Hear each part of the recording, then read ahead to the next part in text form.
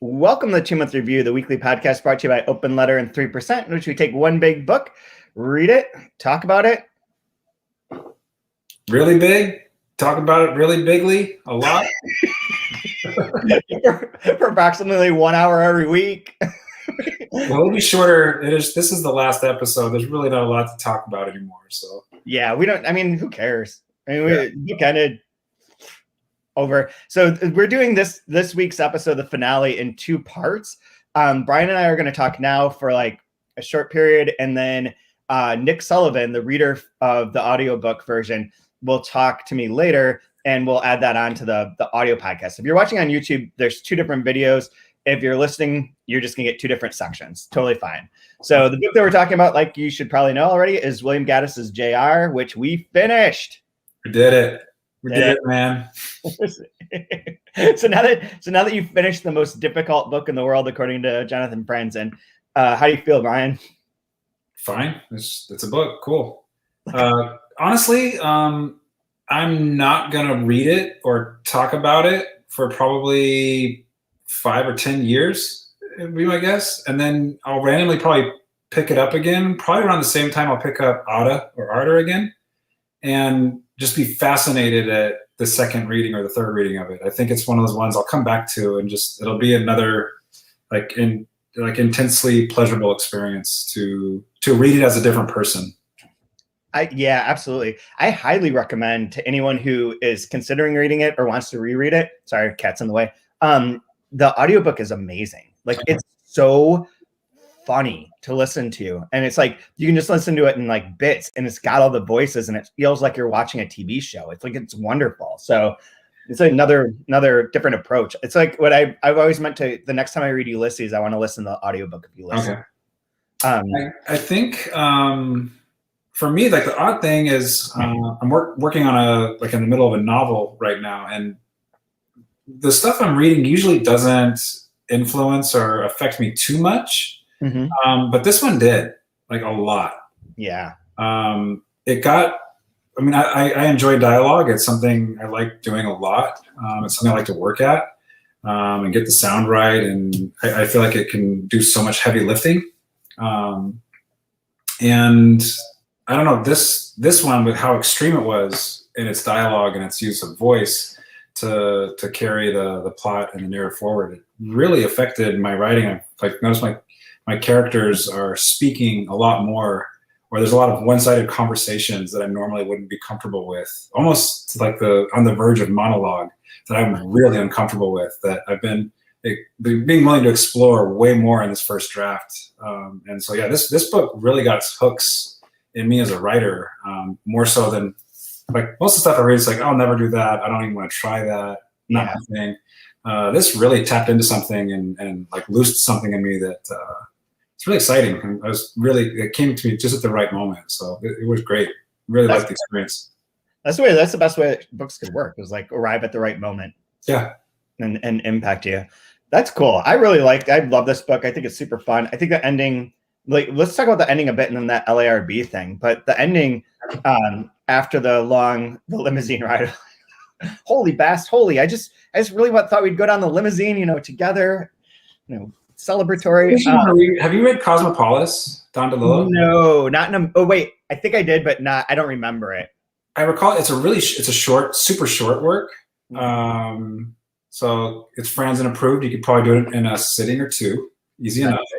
But it's the super crazy wealthy person, 1%er doing a limo ride. It's like this crazy limo ride, right? Like that, right. That limo at the end. I wonder if it's all in conversation with Gaddis. I don't know, but I don't know either. I remember when that came out. I don't remember if I read it or not. I just know that premise, and I can't remember any details. I consider them contemporaries, so yeah, I mean, in a way they are. Yeah.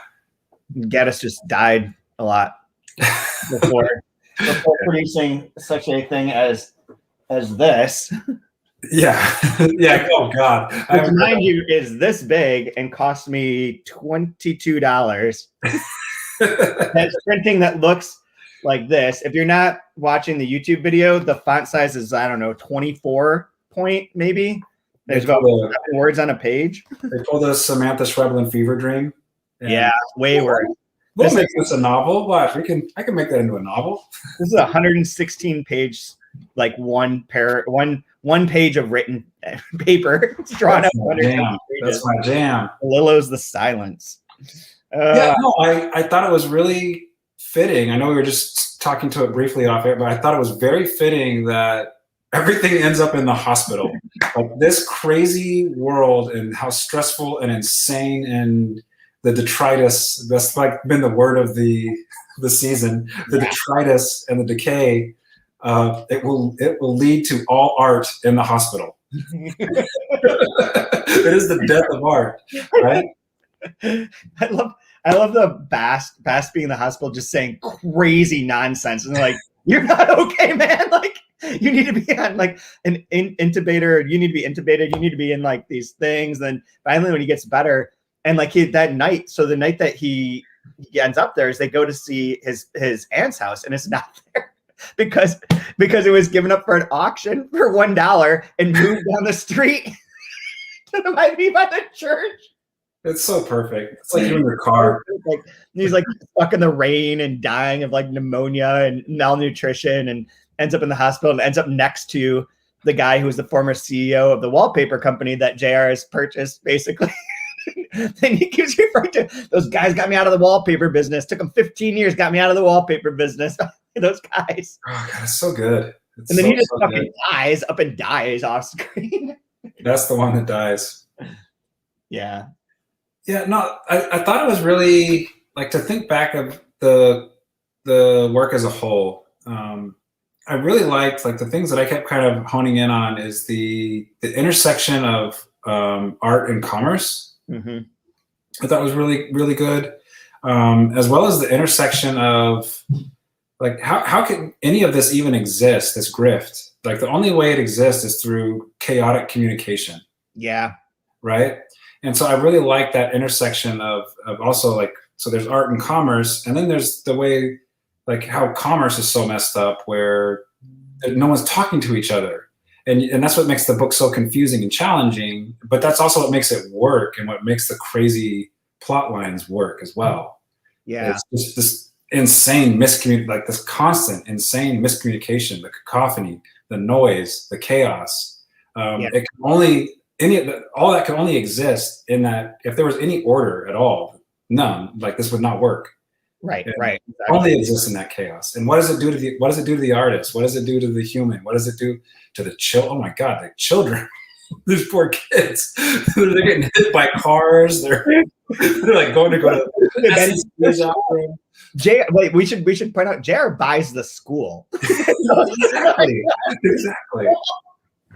But those intersections I thought are really like worked so well and were sustained so well through the whole piece. It was just, I agree. Working genius. The thing that's really interesting about the communication like analysis of it is like there's that like soap operas do this and Lost did this where you never have all the characters know one piece of information, whereas like sitcoms basically it doesn't matter, like unless it's a joke within the sitcom that's not relevant. But like a soap opera, if two people are going to get married, you then have that person go tell every other character that they're getting married so that you can have that person's reaction to it. But it's always the same piece of information and it's told in a way that has no loss. This is like two people, nobody knows what anyone else knows unless they're told, but they can't also communicate with each other at all. Yeah. Like, all their communications are fucked up because they're on like one person's going here, the other person's going here. They're like not crossing past. So like every time that they try and have a moment, it doesn't work. And that just leads to this whole breed of things. Yeah, because all of the communication, I mean, I shouldn't say all, but the majority of the communication is again, another one of those kind of intersections where someone is going to the train station, someone is going to take the cab and go someplace else, and they're crossing paths at different missions and speaking about different things while trying to talk to each other. And thinking the other person knows what they're talking about. Yeah, exactly. Yeah. Yeah, it's so fucking funny. I mean, like, how does nobody except for Bast know that they're talking to a kid? Yeah.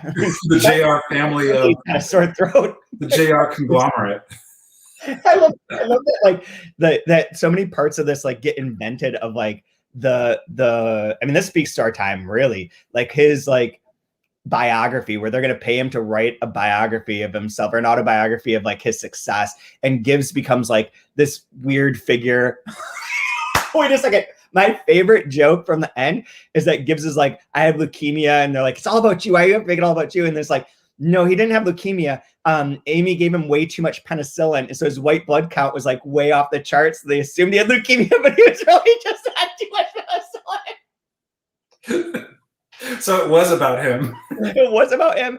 And then all the business people keep thinking that he's Greenspan, and they're like, this Greenspan character, and they're like, Greenspan's dead. And like it goes to this whole history of Greenspan, but it's like mixing that history with Gibbs's history into like an amalgam of like an imaginary mythic figure, which is really like, isn't that the American like the American myth that you can become one of these great big notable men, self-made.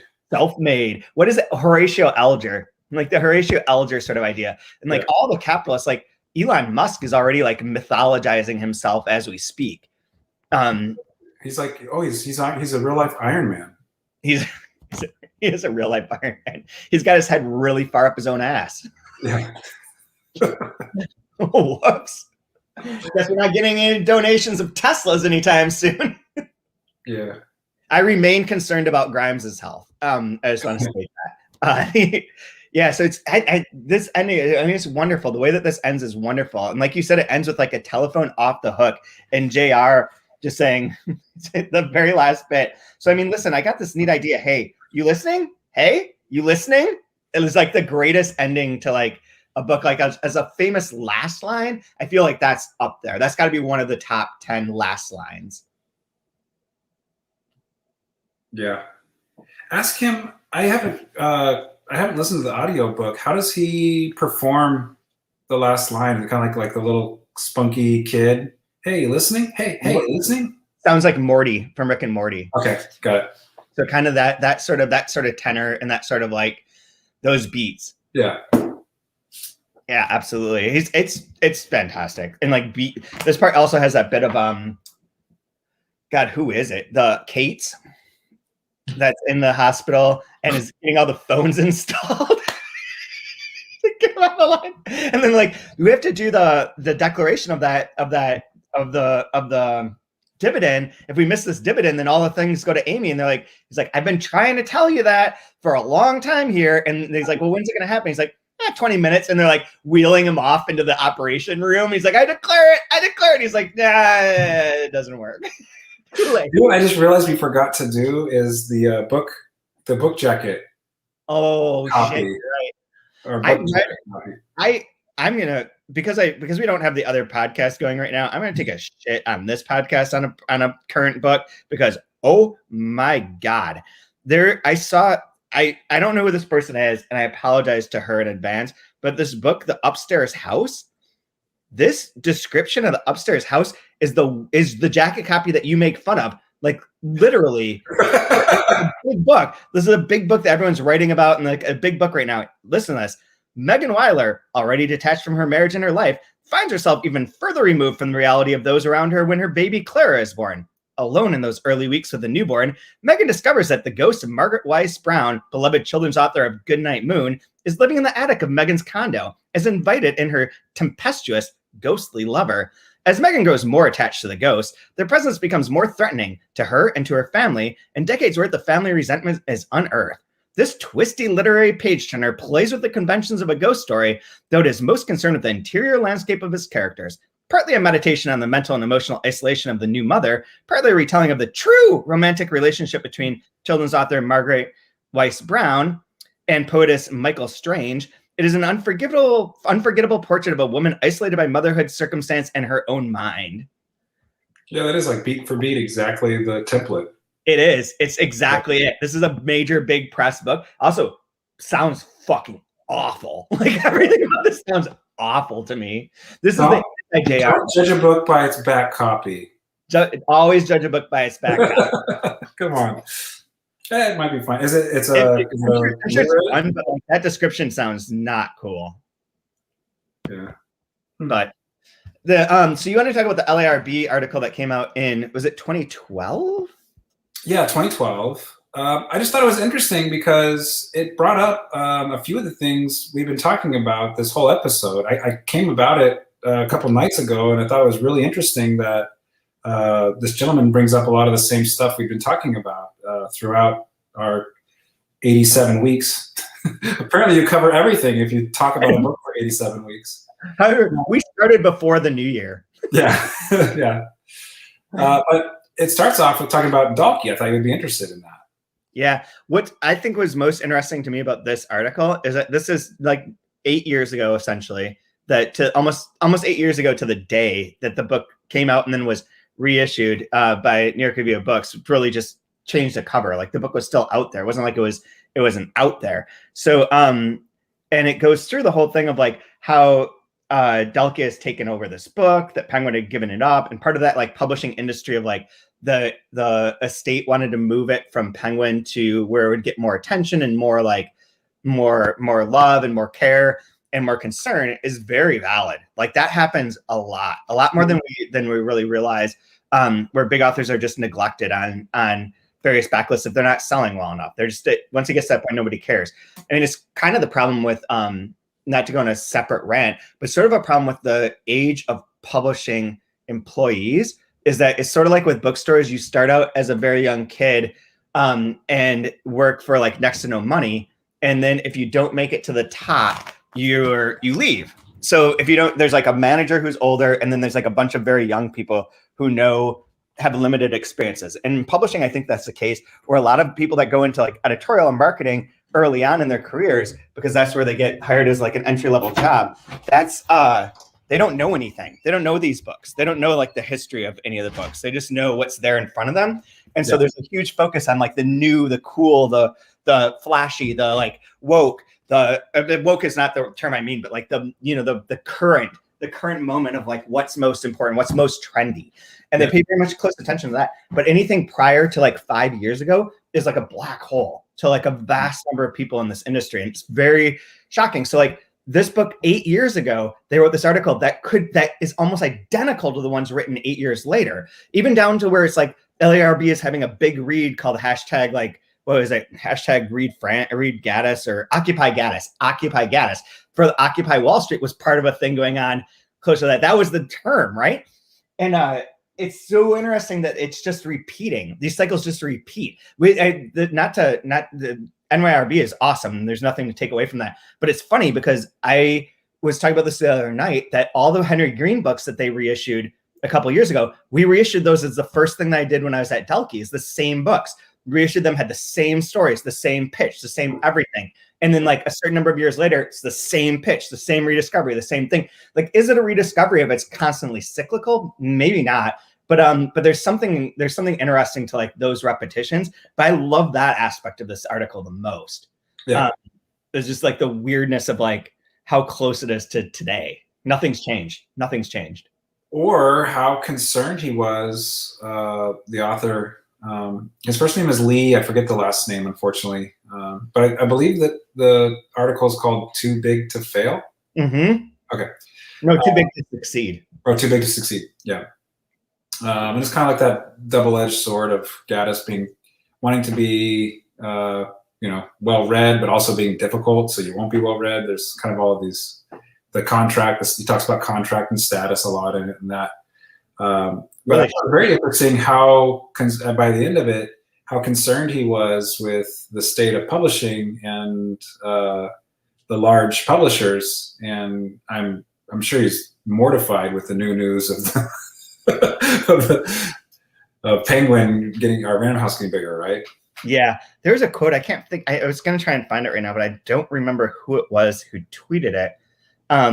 But it was from the COO of Penguin Random House, who's like, the publishing industry has never been healthier. They're like, and everything that people were worried about when Penguin and Random House merged, like, no, that came true. We love independent bookstores. We don't want there to be anything. You're like, what the fuck crack are you smoking? Like, and where can I buy that on the street? No. It had a great. Here's the quote. Okay. I found it. This is the quote. The industry is healthier than it's ever been, and all those fears raised at the time of the Penguin and Random House merger, none of them ended up materializing, Mr. Malavia said. The key reason why we haven't done the things people were afraid of is that it's not in our interest. We want to keep independent bookstores open. We don't want the market more dominated by a single retailer. Like, no, you want it dominated by a single publisher. Like, of course. Fuck you, Penguin Random House, Simon Schuster. Yeah. So Lee, this is, in 2012, that article, Lee Constantino, I apologize for mispronouncing your name, basically kind of ends up and comes full circle when talking about Gaddis, financial institutions, and contract versus status. It's a really neat kind of knot that he ties in this article. But if we think the problem with publishing is that it looks very much like Wall Street, if we have a problem with rampant speculation that faddishly follows the market rather than leading with innovation and quality and sustained investment in readers and writers and critics, if we're displeased with the ugly terms of our literary contract, capital C, it might be time to imagine what it would mean not only to occupy Wall Street, but also to occupy the Big Six. There may be no more important literary task today. So we're facing this directly at this moment in time with the Dalkey Archive stuff, and being able to like revisit Dalkey, relaunch it, reinvigorate it, whatever terms you want to use. There is this running, like, not problem, there's a running situation that relates to this, where Dalkey's books were meant to be the opposite of those. They break walls, they break things down. They're outside of the main culture that is dominant at this moment in time in particular. So I wrote the thing the other week, or like a few days ago, on Ishmael Reed. I got a number of responses of people being like, I've just never read him. I own every book, but I've never read one. I'm going to read one. And this, that, I went out and bought these books. I hadn't heard of this. He's a cocktail hour author that you have to know him when you go to the cocktail, but have you actually read him? And his books are funny and like vicious and satirical. Yeah. I mean, it's really interesting because that conversation about, like, especially, I mean, this is fraught to say and dangerous to say, but the conversation around Black writers over the past like year has not included him in like the public, like, Twitter discourse. And that's unfortunate because he should be. He is like a grandfather of sorts. Is he lumped into like sci-fi? Is that why you think? I don't think he just gets, I just don't think he gets read. And I think part of that might be a Dalkey problem of like not putting the books out there. And part of it is that he's older.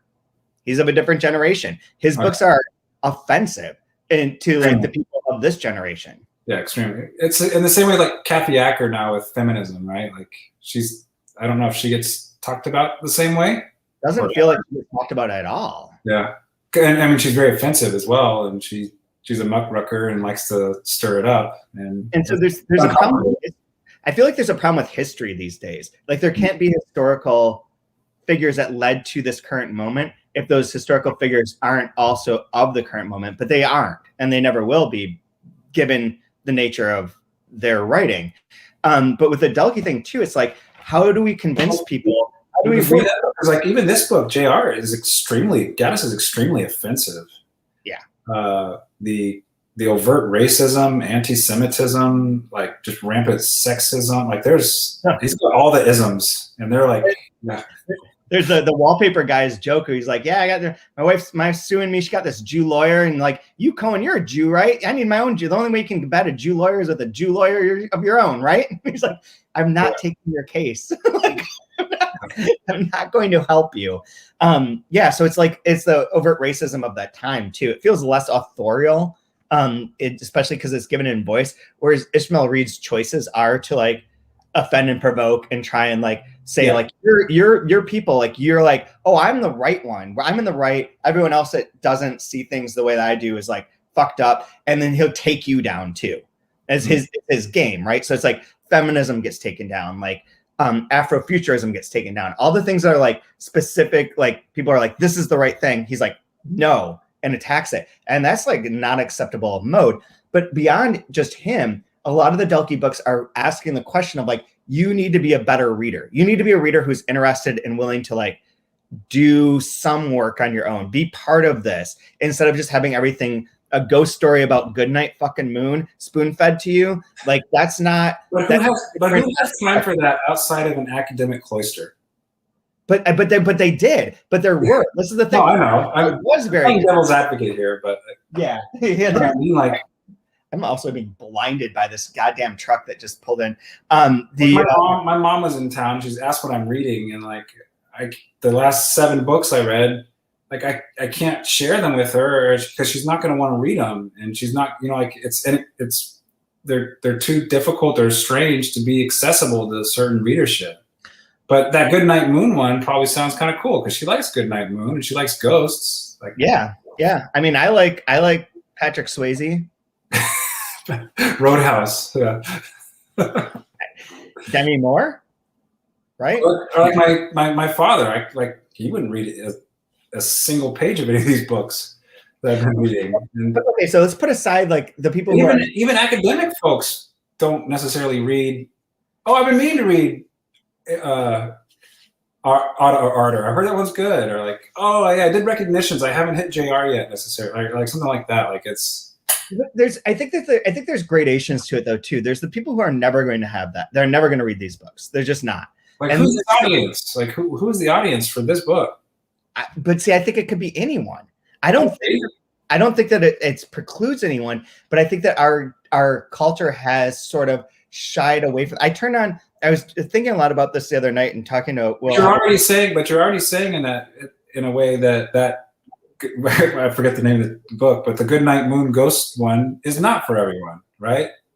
I hope not. It is for everyone, probably. That one has a target market, whereas JR doesn't necessarily. That one has a marketing machine behind it, where JR doesn't necessarily. Yeah, like just outside of like we'll call it maybe just literary fiction, whatever that means. Yeah. And like the publishing used to have this was admirable publishing, and it was okay to be a little bit elitist about it, to be small. Status. There's an audience. Yeah. What is the audience for this? I mean, Dalkey sold 40,000 copies of this book in the time that they had the rights to it. That is significant in my mind. Is the audience for this 100,000 readers? That's a huge number. That's a huge number. And that's probably how many people have read it in its entirety over the past 20 years, I would bet. That's massive to me.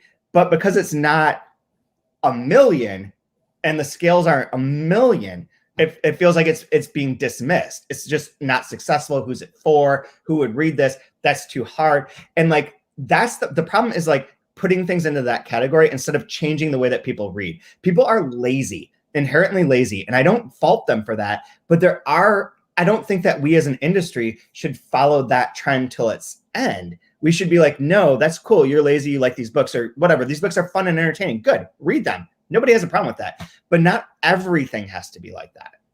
I think I watched my wife do a puzzle. And it was like 1,000 pieces. And it was of like a sandy beach. And it looked miserable. I tried to like help for 5 minutes and I was just out. I couldn't do it.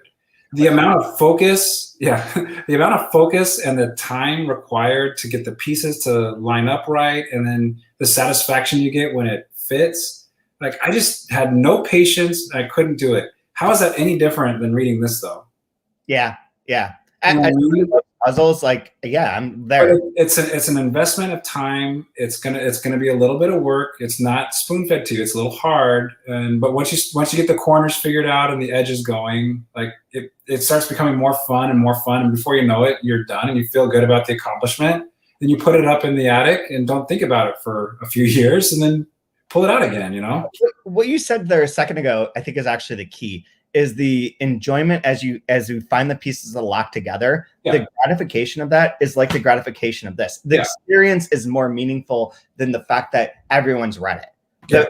The experience of the book is more valuable inherently than being able to say, hey, I read about Goodnight Moon Ghosts too. So I was talking about like what John was up against through Dalkey, of like John and everyone who gave their stuff to Dalkey. So the Stephen Moores of the world, the Martin Rikers, Jeremy Davies, everyone who like put in Angela Weezers, that put in effort into Dalkey's world. And the idea was that you could find something that was unique and beautiful, and that you could create an audience for it. And that there were like-minded people out there who are like, this is the art that I've been waiting for. The Criterion Channel and Dalkey Archive are not that dissimilar in a certain way. In some ways they are, but in certain ways they're not. So I was thinking about this a lot, talking about it a little bit. And I was like kind of drunk, and I went onto HBO Max to watch a show. And this is what was advertised to me immediately: was choose between Godzilla versus Kong, Mortal Kombat, or In the Heights, a very cheesy looking like romance movie. You want to watch one of these? I was like, that's the fucking problem. That's what my whole life is battling against, is that there are other choices. It's not just Kong and Mortal Kombat. There's other things, and like those deserve air. I can't. The Mortal Kombat cinematic universe. Hey, oh geez, oh holy shit, Bast, are you listening? Anyone listening? Oh, right. Well, I think that's all I got for the book. JR. Final thought, anything? It's a big giant puzzle, and if you like puzzles, you're gonna love JR. I think my favorite line from this week is, "Mind if I take some matches, buddy?" Oh, that was mine. That's funny. On the last page. It is. There's like a billion matches everywhere. Take 1,000. Christ, you need toilet paper too? No, wait a. Okay, so just as a reminder, we'll be back with the next season of being the Virginie Dupont 3-part Vernon Subutex, but we're going to take at least a month off, because what I am holding in my hands here, is the Remembered Part by Rodrigo Frazan, which I need to read and edit, and it is this thick. This book will eventually be a TMR book, and right now it is 761 pages long. So that guy's a real asshole, man. Hello, Mark. Him and his translator. What are they thinking?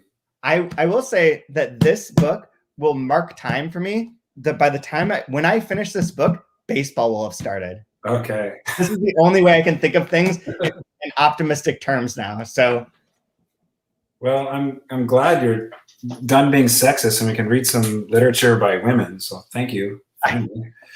Sick of reading these dead white guys. Virginie Dupont is fire. That book. Well, I have never read her. I'm really looking forward to it. The first volume, for anyone who's read it, it's all based around this guy, Vernon Subutex, who owned a record store that goes out of business and was friends with someone who was a big pop star, and who recorded a video of himself explaining things about his career and about people that he was involved with. And then he dies, and this video contains something that could like damage people's careers or whatever reputation. And Vernon Subutex happens to have it, but he's also like now a homeless, former record store person. Awesome. And it's character study after character study after character study with like various people like just bouncing into each other's lives. It's wonderful. It's so fun. And she's so sharp and such a good writer of like humanity, where people are never like fully satisfied. People are always fully flawed. It's really good. So if you haven't bought it, if you haven't read it, buy all three, get all three. We'll do them in like essentially like 5 weeks a piece, and we'll have the same guests recur for each one of the 3 volumes. Awesome. Can't wait. So, okay. Thanks, man. I'll talk to you soon.